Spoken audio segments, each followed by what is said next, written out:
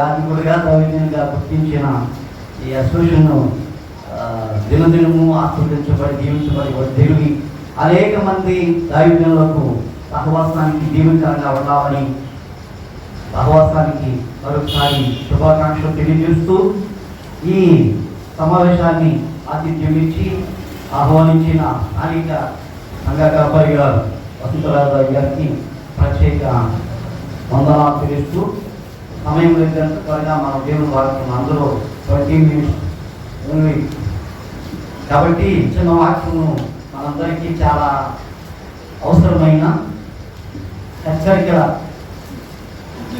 ఆదరణ కలిగించే దేవుని వాక్యమును వెనుకకు మనం అందరము పరిశుద్ధాత్మ దేవుని సహాయం వేడుకుందాం. పరిశుద్ధ గ్రంథంలో నుండి సంఖ్యాకాండము 16వ అధ్యాయం 46వ వచనం నుండి దేవుని వాక్యమును ఈరోజు జ్ఞానంగా అప్పుడు మోషే నీవు ధూపార్తిని తీసుకుని బలిపీఠపు నిప్పులతో నింపి ధూపము వేసి వేగముగా సమాజమునొద్దకు వెళ్ళి వారి నిమిత్తము ప్రాయశ్చిత్తము చేయము. కోపము యెహోవా సన్నిధి నుండి బయలుదేరును, తెగులు మొదలు పెట్టునని అహరోనుతో చెప్పగా మోషే చెప్పినట్లు అహరోను వాటిని తీసుకుని సమాజం మధ్యకు పరిగెత్తిపోయినప్పుడు తెగులు జనులలో మొదలు పెట్టి ఉండెను. కాగా అతడు ధూపము వేసి ఆ జనుల నిమిత్తము ప్రాయశ్చిత్తము చేసెను. అతడు చచ్చిన వారికి బ్రతికి ఉన్న వారికి మధ్యన నిలువబడగా తెగులు ఆగెను. ప్రేమ కలిగిన మా తండ్రి మీకు వందనాలు. ఈ రోజు ధ్యానం కొరకు మీరు ఏర్పాటు చేస్తున్న వ్యవహారాన్ని బట్టి మీకు వందనాలు.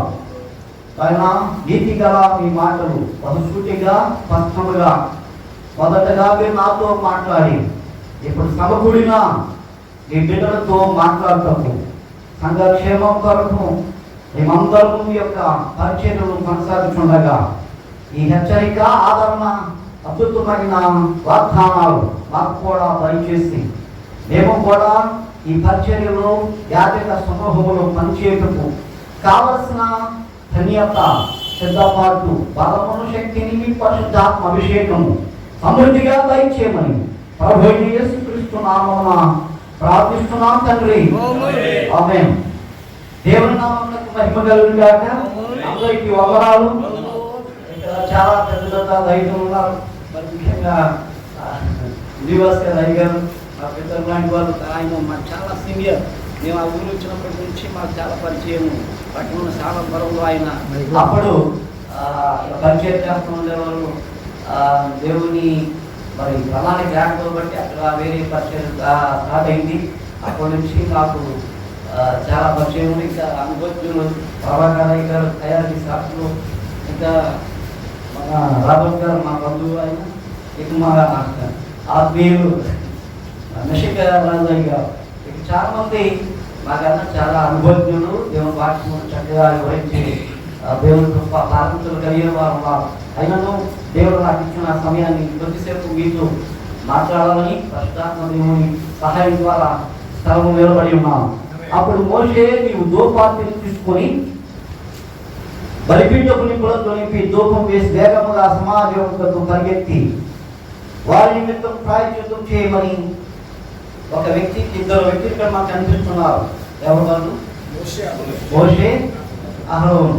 ఎవరు పెద్దవాళ్ళు? వారిలో అహరోను పెద్దవాడు, మోషే గారు చిన్నవాడు. ఇప్పుడు ఎవరిని ఆజ్ఞాపిస్తున్నాడు? చిన్నవాడు పెద్దవాడిని ఆజ్ఞాపిస్తున్నాడు. లేచి ఎలా వెళ్ళమంటున్నాడు? నిర్ధారణగా నెంబర్ కలవలేదు. ఏది అప్పటికే వారు 80+ అయిపోయింది. 50 దాటేసారు అందరూ. అహరోను గారికి 50 దాటింది, మోషే గారికి కూడా 50 దాటింది. ఆ వయసులో తన అన్నగారైనా అక్కడ అన్న తమ్ముడు బంధుత్వం ఏమీ లేదు. తన అహరోను గారిని చూసి. ఎందుకంటే ఆయన అక్కడ ప్రధాన యాజకుడు.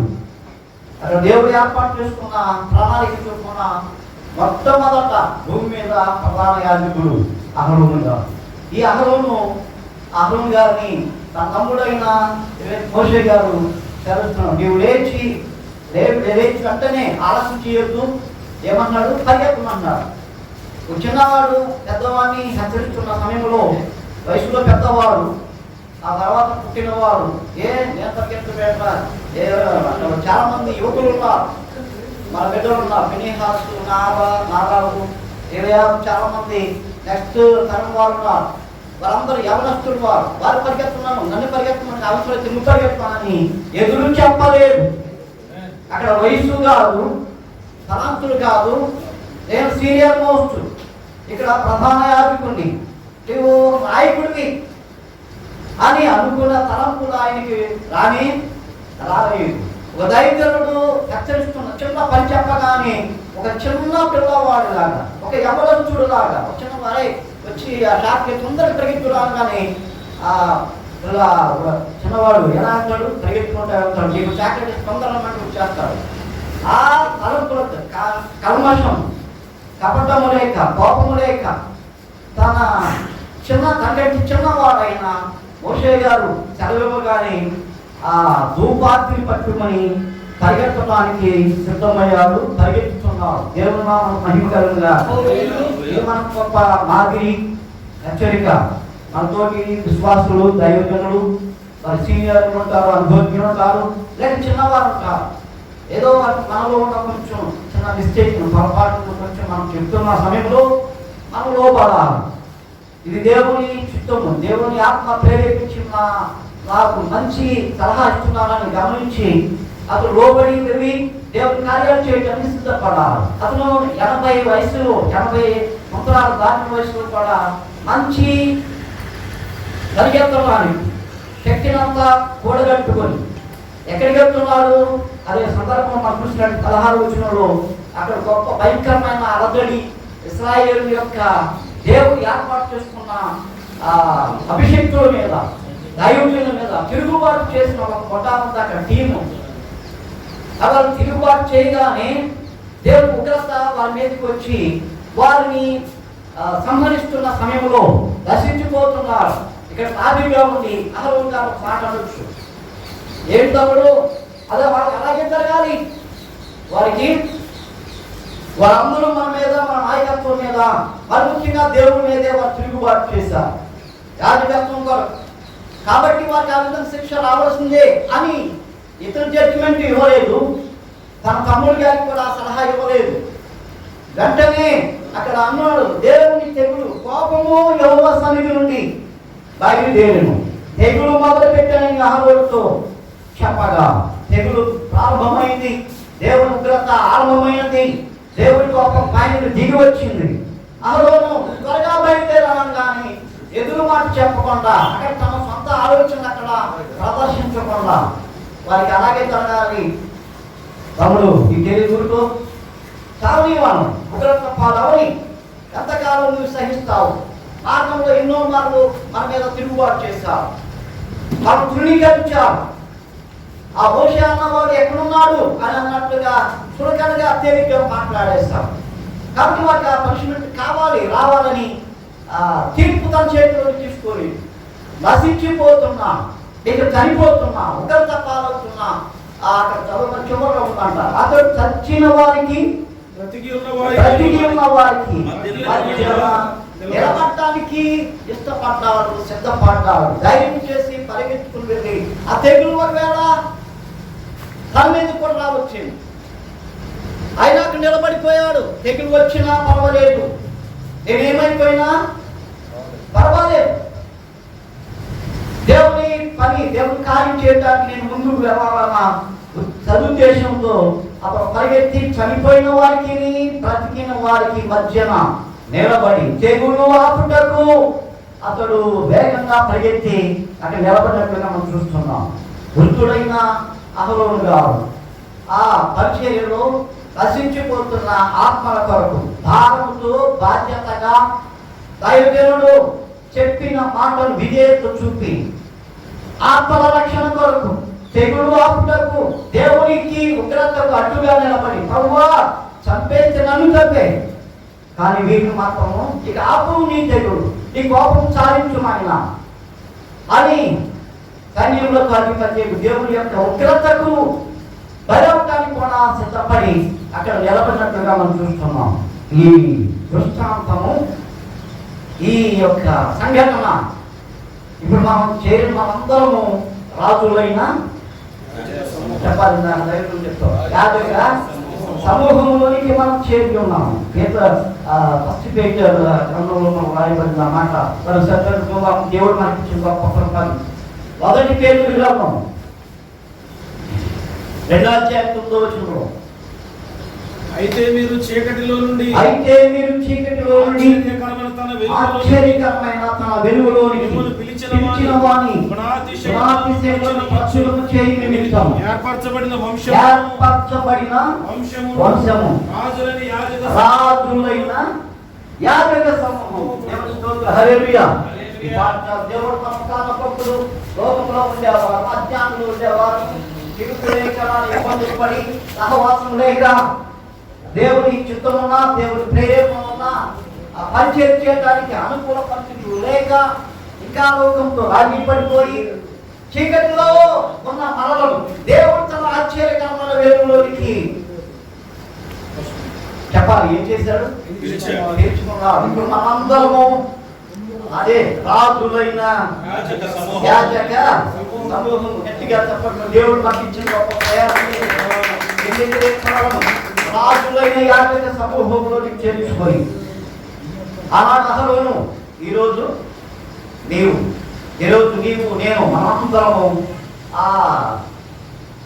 ఆ ప్రయాణిలో మనం వస్తున్నాం. మనకు దేవుడు మనకి ఇచ్చిన గొప్ప ఆధిక్యత ఏంటండి, ఎవరు ఏమనుకున్నా వారికి ఏముందండి, వారికి ఏదుంది అసలు ఆ చందాలు వస్తే లేదు, ఇంకా ఏదో అన్యుడు ఇంకా తేలికగా ఇంకా రకరకాలుగా ఇప్పుడైతే భయంకరమైన తిరుగుబాట్లు, అసహ్యమైన అవాకులు చివాకులు కూడా పెరుగుతున్నారు. గొర్రెలు ఉన్నారు అంటున్నారు, ఇంకోటి అవ్వడం వారు గొర్రెలు అంటున్నారు, ఇంకా రకరకాల చాలా నీచంగా మాట్లాడుతున్నా. అప్పటికీ దేవుని దృష్టిలో మనము రాజులైన యాజక సమూహములు. అహరోను దేవుడు ఏర్పాటు చేస్తున్న క్రమంలో ఈ దినాల దేవుడు మనం కూడా ఆ ప్రయాణంలో ఆ ఆధిక్యత మనకి ఇవ్వడానికి దేవుడు ఇష్టపడ్డాడు. కాబట్టి మనమందరం ఈ శుభదినమున ఈ సహవాసంలో చేరి దేవుడు నామం కనపరచడానికి దేవుడు మనకి ఇచ్చిన బాధ్యత భారం మరోసారి పరిశుద్ధాత్మ దేవుడు మనకు గుర్తు చేస్తున్నాడు. దేవుడు స్తోత్రం, హల్లెలూయా, హల్లెలూయా. అహరోను కలిగిన ఆ తగ్గింపు, అహరోను కలిగిన ఆ బాధ్యత, అహరోను కలిగిన ఆ బలము, ప్రేరేపణ, ఉత్సాహము చూస్తే మనకు చాలా ఆశ్చర్యంగా ఉంటుంది. 50 సంవత్సరాల ప్రాయంలో ఒక యవనస్తుడి వలె పరిగెత్తున్నాడు. వచ్చి చేతితో కాదు, చేతితో ఏం పట్టుకోవాలి, దోపార్తి. అది చాలా బరువుగా ఉంటుంది, రాజుతో తయారు చేయబడింది. ఒక లోహం, ఒక రకమైన బలమైన దానిలో అగ్ని ఉంటుంది కాబట్టి కాలవని బరువుగా ఉంటుంది. అంత బరువైన దోపార్తిని చేత పట్టుకుని అహరోను పరిగెత్తున్నాడంట. భార్యను సమాజం మధ్యలో ఒక వెర్రి వాడిని పక్క ప్రయాసంతో పరిగెత్తున్నారు. నాకు చాలాసార్లు కొన్ని మీటింగ్ జరిగినప్పుడు మనం పిలుస్తారు, ఫోన్ చేస్తారు, సరే సరే 2-3 సార్లు కాల్ చేస్తారు. మరి ఇక జంగయ్య గారు, మా బాబు గారు వస్తారా, రెడీ అయ్యారు, మీరు రండి, 10 రోజులు ముందుగా చూస్తున్నాం, మీకు రెడీ అవ్వాలి. కొంచెం అదే ప్రశ్న వల్ల ఖాళీ ఉన్నాడు కూడా స్టాఫ్ కొంచెం రాసి అదే రోజున కొంతమంది ఒకరిద్దరు స్టాఫ్ లీవ్ పెట్టారు. పరిస్థితులు బాగుండక ఇలాంటి అద్భుతమైన ఆశీర్వాదకరమైన సహవాసంలో కూడుకోవడానికి కొన్ని ఆటంకాలు కలుగుతాయి. చాలా బాధపడతాను. దైవజనులు మంచి వర్తమానం చెప్పినారు, ఏం జరిగిందో ఏంటో అని ఆశతో ఉంటారు. కానీ మీరైతే పూర్తి చాలా యాజకుడు. దేవుడు స్తోత్రం, హల్లెలూయా. ఎక్కడికైతే అక్కడ వెళ్ళొచ్చు, ఎక్కడికైతే అక్కడ దేవుడి వాక్యం వినడానికి, ప్రకటించడానికి, ఏకీభవించి ప్రార్థించి నశించిపోతున్న ఆత్మలను రక్షణార్థమై ఆ కార్యక్రమంలో ఇంకా స్థానిక సంఘాలను బలపరచడానికి దేవుడు మీకు ఇచ్చిన గొప్ప ఆధిక్యం బట్టి నేను దేవుడికి ఎంతో స్తోత్రాలు చెల్లిస్తున్నాను. హల్లెలూయా. ఆ యాజకత్వంలో అహరోను అలా పరిగెత్తుతున్నారు. ఇప్పటికీ మన చెప్పకూడదు, మనం కాబట్టి చెప్పుకుంటున్నాం.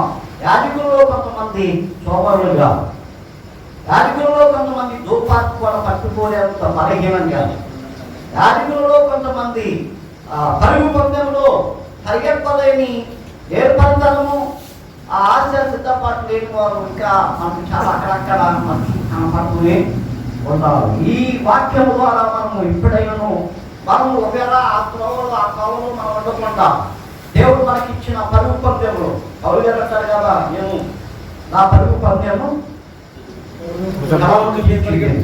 నా విశ్వాస యాత్రను నా కొరకు జీవన కిరీటం, నీతి కిరీటం దాచబడి ఉన్నది. వృద్ధుడైన అప్పటికే చాలా అలసిపోయి ఎన్నో శ్రమలు, ఆటంకాలు, అవరోధాలు, జైలు శిక్షలు, భయంకరమైన స్థితిగా శరీరం అంతా మరిగిపోయిన స్థితి, నా పరుగు కడముట్టించామన్న అంటే పరిగెత్తునే ఉన్నాడు ఆయన. ఇది మన గొప్ప హెచ్చరిక. దైవజనులు ఎప్పుడు యాక్టివ్గా ఉన్నారు. ఎక్కడ పాపం అక్కడ వెళ్తారు నాకు తెలుసు. వారి ప్రార్థన రూపాలు చేస్తారు. వేసిన వీళ్ళు అడుగుపెట్టిన ప్రతి చోట ఆ స్థలములు, ఆ సహవాసములో గొప్ప అద్భుత కార్యములు తర్వాత దేవుడు చేయటానికి ఇష్టపడతాడు.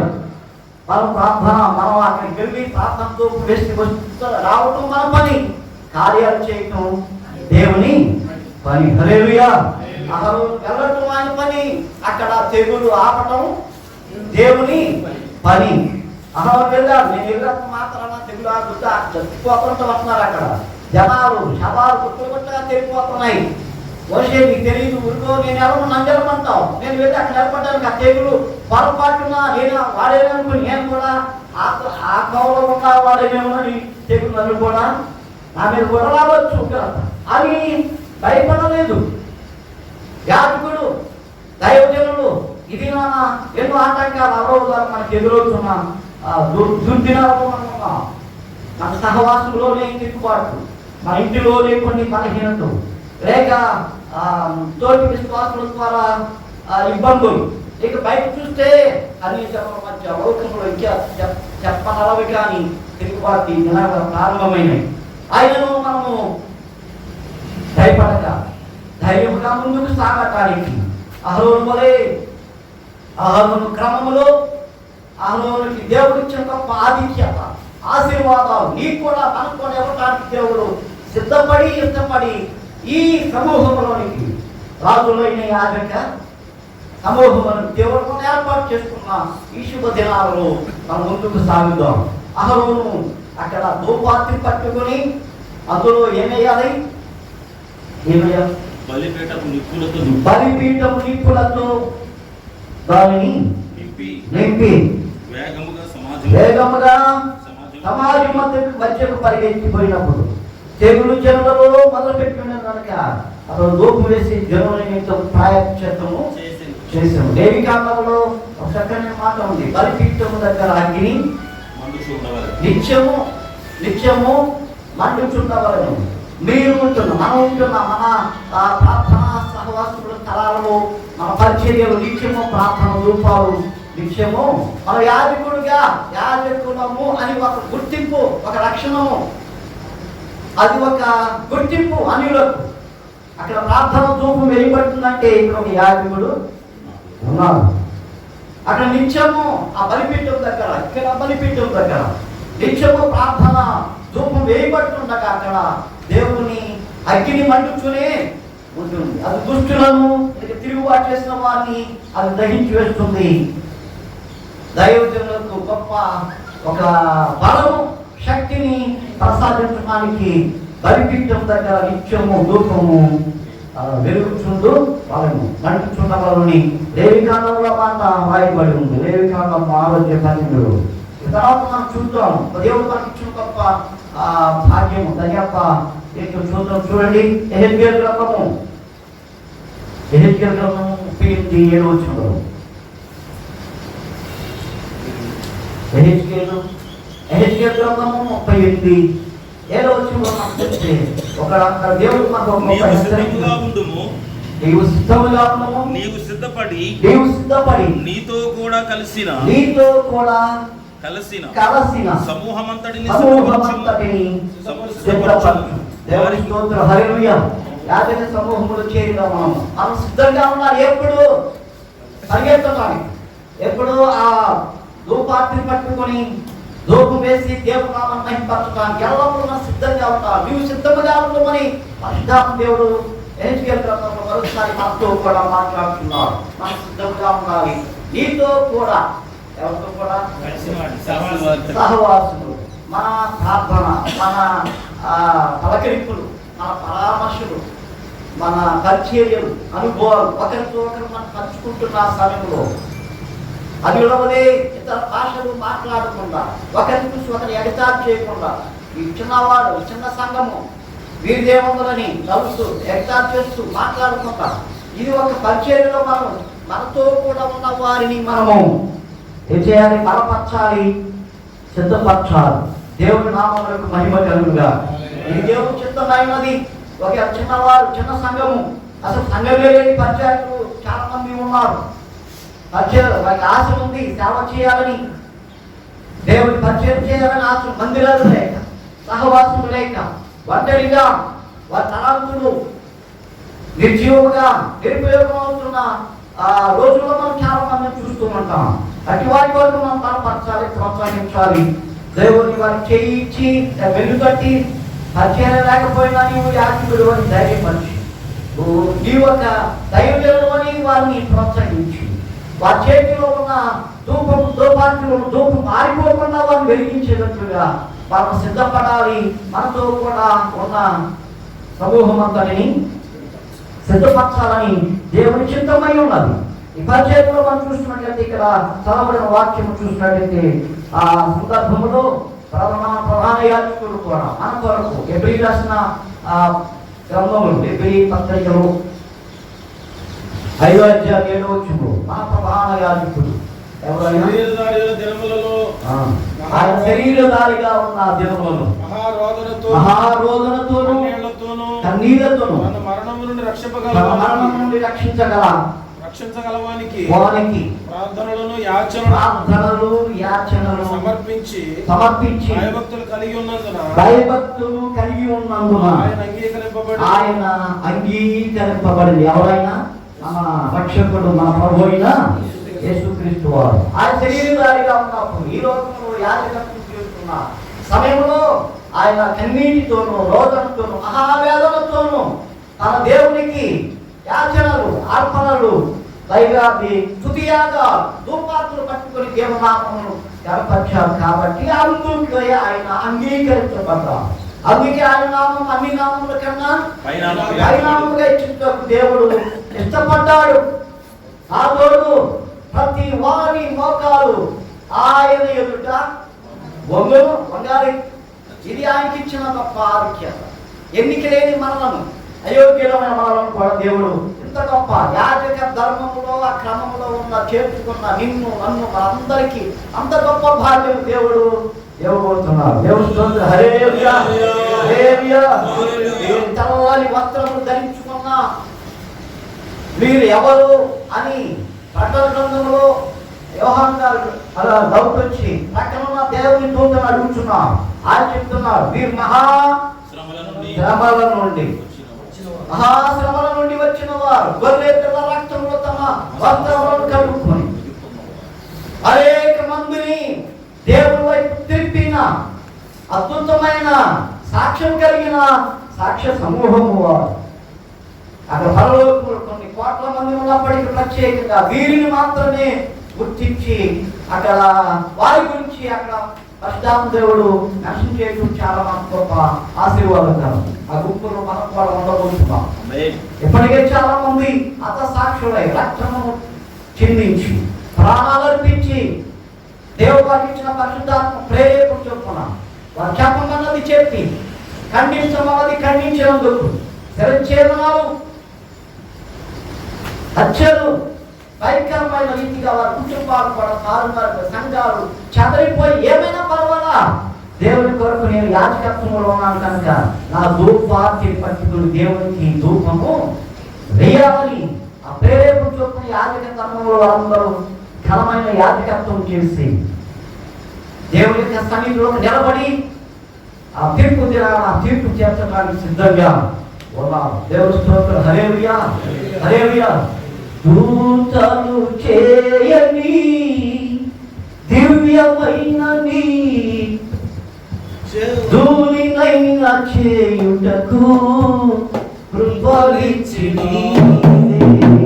దూతలు చేయని దివ్యమైన సేవను ధూళినైనా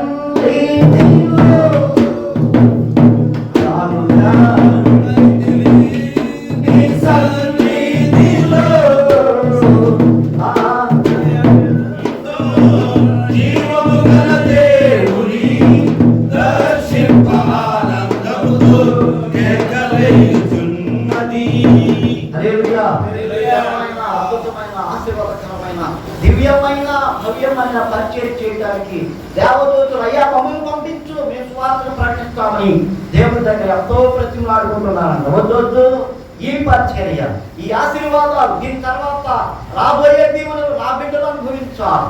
నా బిడ్డలు అక్కడ పరలోకంలో నిలబడాలి.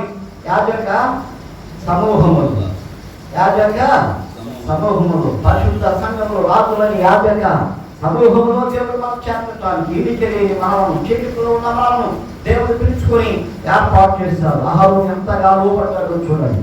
తనకన్నా చిన్నవాడు చెప్పిన ఆదేశినప్పటికీ చిన్నవాడు ఏ పెడతానో నువ్వు పెడతాడు, నువ్వు చెప్పేది నేను ఇలాగండి అలా లేదు. నేను అక్కడ వయసును తన వృద్ధాప్యం కూడా లెక్క పెట్టుకుందా. ఆయన యొక్క దైవజనుడు, ఆయన యొక్క నాయకుడు, ఆయన చెప్పింది నేను వినాలి. యాజకుడు అయినా సరే, ఒక యాజకుడు ఒక నాయకుడు చెప్పిన మాట వినడానికి లోపడ్డాడు. తగ్గింపు మనస్సు, అంతేకాదు ఓపిక తెచ్చుకొని ఆ పరిచర్యలు నశించిపోతున్న ఆత్మల కొరకు, రక్షణ కొరకు రక్షించడానికి ఆ సామెతల గ్రంథంలో ఒక మాట ఉంది. అక్కడ ఏమన్నా చూడండి, సామెతల గ్రంథము 24వ అధ్యాయం 11వ వచనం చదువు ముగించుకుందాం.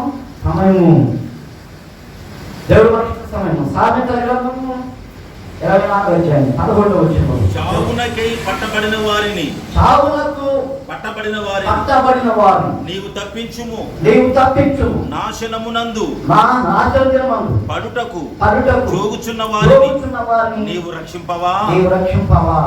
దేవుడు మనము ఇది కూడా చెప్పాడు. మనం నిజమే చీకటిలో ఉన్న వారిని, అయోగ్యులమైన వారిని, దరిద్రులమైన వారిని ధనవంతులుగా, రాజులుగా, యాజకులుగా, అందులో పరిశుద్ధ జనాంగముగా ఆ సంఘంలో దేవుడు గొప్ప ఆశీర్వాదాలు ఇచ్చారు. దీంతో పాటు బాధ్యత కూడా ఇచ్చారు. ఏదైనా చావునకు పట్టబడిన నాశనమవుతున్న సమూహమును అగ్నిలో లాగినట్టు రాగవా, రక్షింపవా, కనీసం ప్రార్థన చేయవా.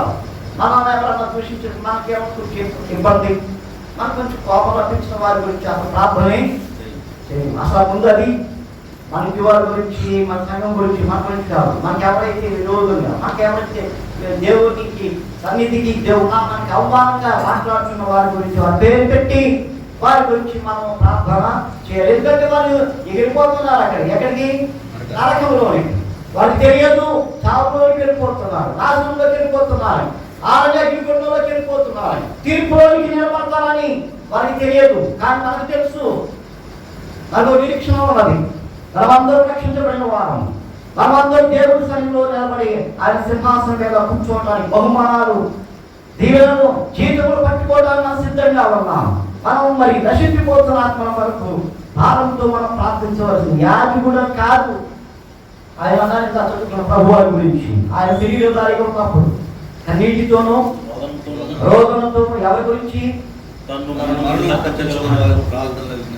అక్కడ శిష్యుల గురించి ఆ గెత్సేమనే తోటలో భయంకరమైన రోదనతో కూడిన ప్రార్థన చేశారు. ఆయన గురించి పక్కన ఉన్న నిద్రపోతున్నా, కునుకుపాటు పడుతున్నా, ఇక్కడ కొంచెంలో కాలంలో పడబోతున్నా, నశించిపోతున్నా, అలా ఎక్కువగా వెళ్ళిపోయాడు. ఇక్కడ తప్పిపోయాడు అయోధ ఇస్కరియోతు. ఆయన గురించి కూడా ప్రార్థన చేస్తుంటారు. కానీ మళ్ళా బలింపు పశ్చాత్తాపం రాకపోవడం వల్ల ఆ దారిలోకి వెళ్ళిపోయారు. ప్రభు యొక్క ప్రార్థనలో పట్టబడిన పేతురు అంతకన్నా పైకేమని తప్పు చేశాడు. ఆయన ఎవరో నాకు తెలియదు. అయినా ప్రభు యొక్క ప్రార్థన వల్ల పేతురు నీవు పడిపోవాలని సాతాను ఎన్నో వ్యక్తులుగా ప్రయత్నం చేశాడు, దండించాడు. కానీ నీ కొరకు నేను మొరపెట్టాను, నువ్వు నిలబడతావు అని పేతురు గురించి ఒక చోట ప్రభువు చెప్తాను. సాతాను పట్టి దండించి నేను పడేయాలని చూస్తున్నాడు, నేను ప్రార్థన చేశానని దేవుడు చెప్తున్నాడు. ఆయన శరీరధారిగా ఉన్నప్పుడు రోదనతో వేదంతో ప్రధాన యాజకుడిగా ప్రార్థన ధూపాలు వేశాను. ప్రార్థన గురించి నాకు తెలుసు కదా, నా ప్రార్థన నేను 141 కీర్తనలు, నా ప్రార్థన నేను చేతులెత్తుట సాయంకాల నైవేద్యములను ప్రభువా నీ దృష్టికి అంగీకారమగుగాకని కీర్తనకారుడు అక్కడ చెప్తున్నాం. 141 ప్రారంభంలో ఎంత గొప్ప భాగ్యం దేవుడు మనకి ఇస్తాడు. మీ చేతులెత్తిన కార్యంగా లోకం వెళ్ళిపోతుంది. సాయంకాలం నైవేద్యములు దేవుడికి ఇష్టమైన బలి అర్పణగా, దేవుడికి ఇష్టమైన అర్పణగా దేవుడు అంగీకరించడానికి సిద్ధంగా ఉన్నాము. దేవుడి యాజకులుగా మనం చదవబడిన వాక్యములు అహరోను మోషే కలిగిన ఈ సంభాషణ ఈ సంఘటన గురించి, అహరోను కనుక నశించిపోతున్న వారికి బ్రతుకున్న వారికి మధ్య నుండి చేయి పట్టి నిలబడకపోతే ఇంకా చాలా మంది అక్కడ అరణ్యంలో రాలిపోయాము. అయినా దేవుడు ప్రేరేపణ చొప్పున అహరోను వారి మీద కనికరించి, అహరోను మన వైపు వారికి అలాగే జరగాలి, అలా పరిశుద్ధి అలాగే జరగాలి, అవన్నీ మనము వారిని ఇంకా చనిపోయేటట్టుగా చేస్తాం, చనిపోయేటట్టు చూస్తూ ఉంటాం. ఒక చిత్రంగా వారి గురించి ప్రార్థన చేయడానికి, ఆ తెగులు ఆపడానికి, వారి మీద రాబోయే శిక్ష గురించి మనం ఏమాత్రం విచారణ కలిగి ఉండకపోవడం. చాలా మంది ఈ రోజుల్లో యాజకులు మనం కాదు, చాలా చోట్ల సంఘంలో పెద్ద పెద్ద సంఘాలు మన ఆశ లోబడిపోయి అసలు పరిచయాన్ని విడిచిపెట్టేసి ఇక లోకంలో కూడా పేరు ప్రఖ్యాతుల కొరకు విరమిగుచు ప్రాకులాడుచు అసలు పని విడిచిపెట్టేసి ఆత్మల రక్షణ కొరకు, ఆత్మ సంపాదన కొరకు, నశించిపోతున్న ఆత్మల కొరకు దానంతో ప్రార్థించవలసిన యాజకులు ఈరోజు సంఘాలను చీల్చుతూ, సంఘాల మీద విమర్శలు చేస్తూ, వారు ఇలాంటి వారు ఇలాంటి వాడన్నట్టు, ఆయన ఇలాంటి చేసేటట్టుగా, ఇలా గెలినట్టుగా, ఇలా మాట్లాడేట్టుగా, ఇలా చేసేటట్టుగా, ప్రతి దొరికితే చాలు, సమయం దొరికితే చాలు, ఇద్దరు సేవకులు కలిస్తే 3వ సేవకుల గురించి మాట్లాడు. మంచిగా కాదు విమర్శలు, జాగ్రత్త. ఇవన్నీ దేవుడు లెక్కలోకి తీసుకుంటాడు. మనందరం దేవుడు నిన్ను నన్ను మనందరిని యాజకులుగా నిర్మించుకున్నాడు. ఆ గొప్ప భాగ్యము. మీతో పాటు నేను కూడా యాజకులంతా ఇందాకంత అర్హత లేదు. నేను ఏదో దేవుడు మాకు ఇచ్చిన గొప్ప చిన్న పరిచర్యలో కొనసాగుతున్నాం. అప్పుడప్పుడు మీరు కూడా మమ్మల్ని ఆహ్వానించి పరిచర్యలో మీ సహవాసంలో చేర్చుకున్నందుకు ప్రత్యేకమైన ప్రార్థన అసోసియేషన్ సభ్యులందరికీ హృదయపూర్వక ధన్యవాదాలు. మీరు మా గురించి, మా కుటుంబం గురించి, మా పరిచయం గురించి ప్రార్థన చేయండి. చిన్న ప్రార్థన చేద్దాం. ప్రేమ కలిగిన మా తండ్రి, ఈ సమయంలో